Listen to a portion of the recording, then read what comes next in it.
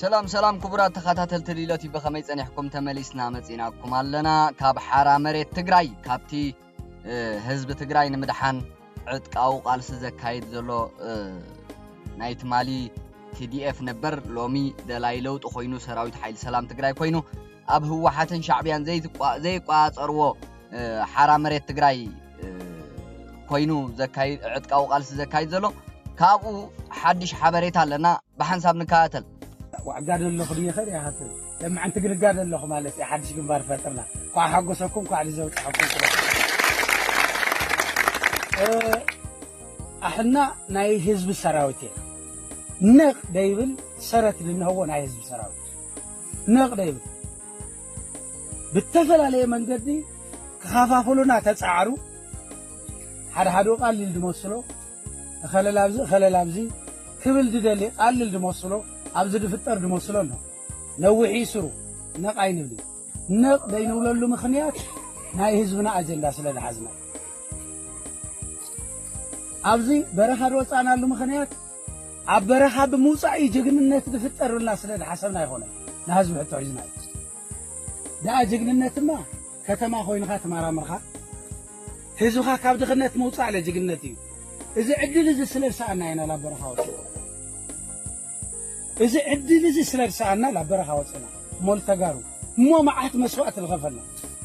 أشحات من نورو مسحنا اللي من يوم نورو أو قالوا بجملة هم بصوتنا بجملة عرفنا يوم مالك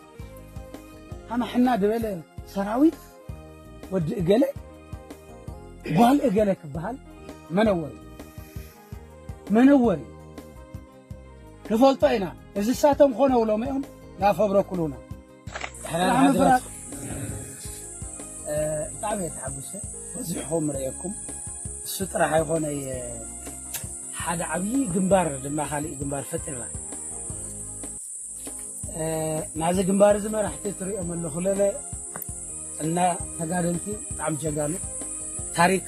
أو العلة تاريخ لا درو دموت شام أبونا رانا أجاو كورنيل كرر ريو وزحت تاريخات لا سر حد مثلا كاب 7 خلته يجمرو أما قدام يحريون على إيتي إرترا حزب ما قبل علي تجارو عارفوا إنه سألاي تبعنا البقالة نعتنا اليوم هالي قدام هون ذيل تبعنا البقالة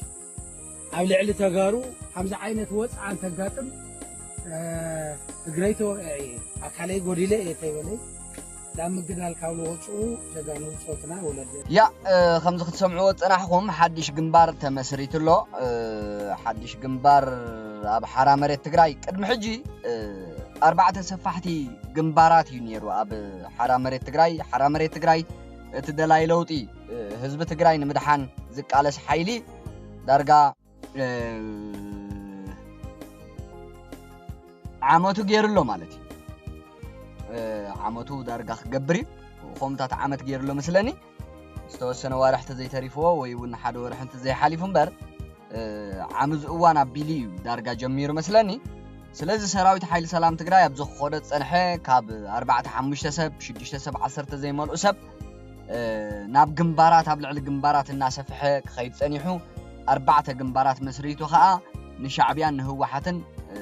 حقنقن كبلم صنيحو حدا غانا يلوم زريو شعبيان هو حتن اذا اب حرام مريت تقراي 4 جنبارات ابيلو تمسريتو صنحه نايت مالتي دي اف نايلومي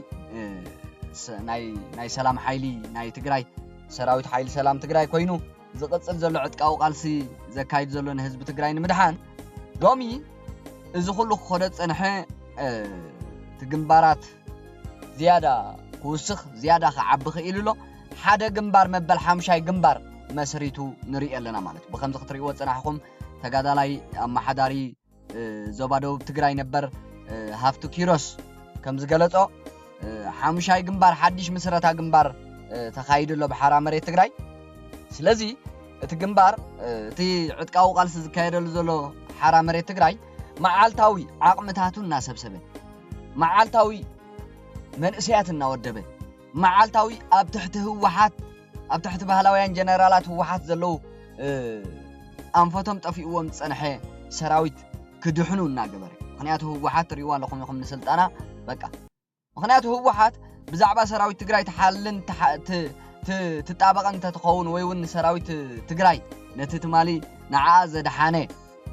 ትግደስን ትጣበቀን ተትኸውን ሎሚ ኣብ ከተማታት መቐለ ካልእ ከተማታትን መሐከምስ ኢኑ መንእሰይ ትግራይ ርዱኡኒ ሕኩሙኒ ክንዲዚአን ሰልዲ ውሒደናን ጠቕላላ ሰልዲ የብለይን ኣብ ወፃእ ከይደ ክሕከም እናበለ ክልምን ኣይምርዓናይን ኣብ ወፃእ ጥራይ ዘይኮነስ ሪፈር ንኣዲስ ኣበባ ተባ መድሃኒት እውን መግዝእ ዘይብሉ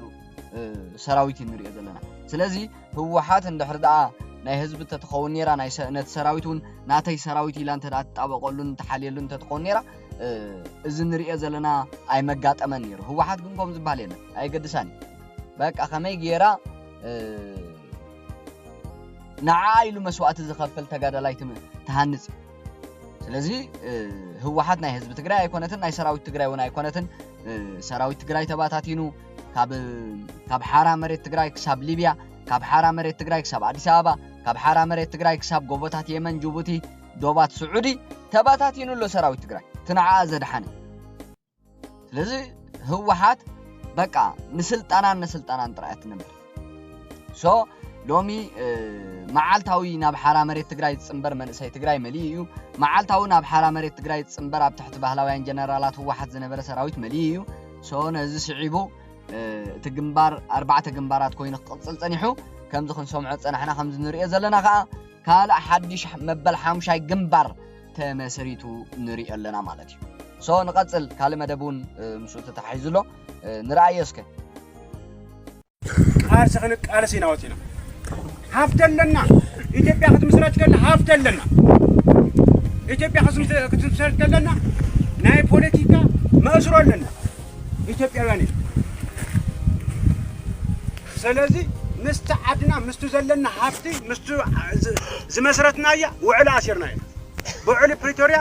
ተፈራሪምና ብሕገ መንግስቲ መሰረት መሬት ይኹን ተመዛበል ዝተፈፀመና ግፍዕም ብሕገ መንግስቲ ክፍታሕ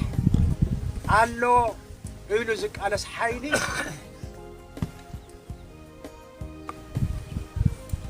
ሕጂ ግን ምስ ፕሪቶሪያ ውዕል ዘይብሎም ምስ ኢትዮጵያ ዘፍርሱ ምስ ትግራይ ናብ ዓዘቕቲ እትዩ ተሓባቢሩ ትግራይ ንምጥፋእ ይጓየሉ ስለዚ ናይ ህወሓት ብዙሕ ግዜ ብፖለቲካ ተዛረብ ኣብዚ ዘሎ ሰብ ተዛረብካዮ ኣይተዛረብካዮ ናይ ዝጉጅለ እዚ ተዛረብና ዝጠፍኦ ሰብ የለን ታ ናይ መጨረሻ ግን ፌደራልም ኣንሕናም ናይ ሽምቕ ተስፋ ብምቑራፅ እስኪ ፅባሕዶ ይቕበል ድሕሪ ፅባሕዶ ይቕበል ላተባሃለ ፀኒሑ እዩ ማለት ታ ናይ መጨረሻ በቃቱ ለኣረገ ቱ ካብ ኢትዮጵያ ተገሉ ዝገበሮ ላብ ዓዘቕቲ ዘእትየና ምክሪ ቤት መሊሱ መንግስቲ መስሪተ ይብለና ኣሎ ማለት ስለዚ ኣብዚ ሕዚ ሰዓት እቲ ናይ መጨረሻ ጫፍ እቱ ብፕሪቶሪያ ኣንሕና ብፕሪቶሪያ መሰረቲና ክንፈትሖ ዝነበርና ንብሎ ዘለና ቃልሲ ግን እሱ ሓንሽሹ ንባዕሉ ጥቕሚ ንባዕሉ ካብ ዝተፈላለዩ ወንጀላት ንምድሓን ባዕሉ መንግስቲ ኢሉ መስሪቶ ስለዚ ካብ ሕዚ ሰዓት ጀሚሩ ንሕና ለማዓንቲ ንዘራርቦ ግዜ የብልናን ተወዲኡ ኣሎ ግልፂ ማለት ተወዲኡ ኣሎ እናብ ትግራይ ዘሎ ፖለቲካ ኩነታት እዩ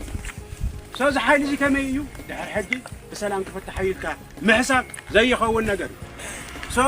እሱ ብዝመፆ ብኣፎሙዝ ክንፈትሖ ኢና ክንፈትሖ ኢና ኣንሕና ብቻ ይኮና ንትግራይ ህዝቢ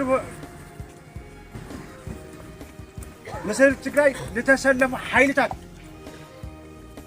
ህዝቢ ትግራይ ክድሕን ዝደልዩ ሓይልታት ኣቲና ኣብ ቀረባ እዋን ክንፈትሖ ናይ መስጠንቀቕያ ትእዛዝ ተዋሂብና ኣሎ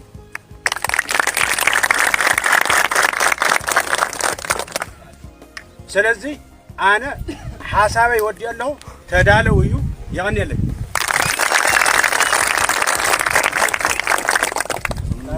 ክቡራት ተኸታተልቲ ቲቪ ከምዚ ክትሰምዕዎ ፀናሕኹም እዩ እቲ ሓበሬታታት ወይ ከዓ እቲ ምዕባሌታት ዘሎ ብሓራ መሬት ትግራይ ግንባር ኣብ ልዕሊ ግንባር እናተመሰረተ 4 ግንባር ነይሩ ከምቲ ክንገልፆ ፀናሕና ሕጂ ከዓ መበል 5 ሓድሽ ግንባር ተመስሪትሎ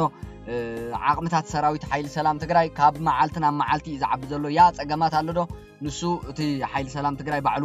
ምስቶም ደለይቲ ለውጢ መንእሰያት ምስ ፖለቲከኛታት ኮይኑ ዝዕረ ክዕሪ ምክንያቱ ህወሓት ቢልዮናት እናኸፈለት ብር ንሰራዊት ሓይሊ ሰላም ትግራይ ንምፍራስ ኩሉ ዓይነት ቃልሲያ ተካሂድ ዘላ እዝታት ኣብ ረብሓ ህወሓት ንኸይወድቅ ከዓ ህወሓት ክንዲ ዝከኣላን ንምፍራሱ ኣብ ትጓየየሉ ዘላ እዋን ልዑል ዋጋ ከፊሉ ሰራዊት ሓይሊ ሰላም ትግራይ ነቲ ሽርሕታት ህወሓት ኣብ ምምካንን ነቲ ተልእኾታት ህወሓት ኣብ ምፍሻልን ይዝርከብ ሰራዊት ሓይሊ ሰላም ትግራይ ኣብዚ እዋን እዚ ከምቲ ዝገለጽናዮ ትርባዕተ ግንባራት ሰፊሑስ ዓቕምታቱ ካብ መጠን ንላዕሊ ኮይኑስ ሎሚ እዚ ንሪኦ ዘለና ሓድሽ ግንባር ተመስሪትሎ እዚ ነይሩ መደባትና ክቡራት ተኸታተልቲ ሎ ቲቪ ኣብ ዝቕፅል ካልእ መደብና ክሳብ ንራኸብ ዓወት ንሰራዊት ሓይሊ ሰላም ትግራይ ዓወት ንግንባር ህዝባዊ ማዕበል ብርጌድ ንሓመዱ ሰላም ንህዝቢ ኤርትራ ንህዝቢ ትግራይ ንመላእ ህዝቢ ኢትዮጵያ ንህዝቢ ዓለም ደሓንኩኑ